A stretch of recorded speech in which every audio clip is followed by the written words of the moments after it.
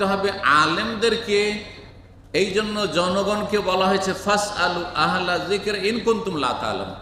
তোমাদের ইসলাম সম্পর্কে জানা না থাকে তাহলে আহলে ইলম ওলামাদেরকে জিজ্ঞাসা করো। ওলামা যাদের কোরআন এবং সুন্নাহর জ্ঞান রয়েছে, দলিল প্রমাণের জ্ঞান রয়েছে। ওলামা মানে বক্তা নয়, ওলামা মানে বাক্পটু নয়, ওলামা মানে বেশ চমক লাগিয়ে কথা বলতে পারে, হাসাইতে পারে, কাঁদাতে পারে, এরা আলেম না, এরা বক্তা, স্টেজের বক্তা, মাইক পালে ফাটিয়ে দেয়। ওলামা হচ্ছে যার কাছে ওহির এলেম রয়েছে, আপনাকে তলাশ করতে হবে। যেমন দাম্মামে আছেন, ভালো করে জানা আছে কোনখানে বাংলাদেশি ডাক্তার আছে আর কোন ডাক্তারটা ভালো। বাংলাদেশি না থাকে চলো ইন্ডিয়ান আছে, পাকিস্তানি আছে, কোন ডাক্তার কোন সাবজেক্টের ভালো।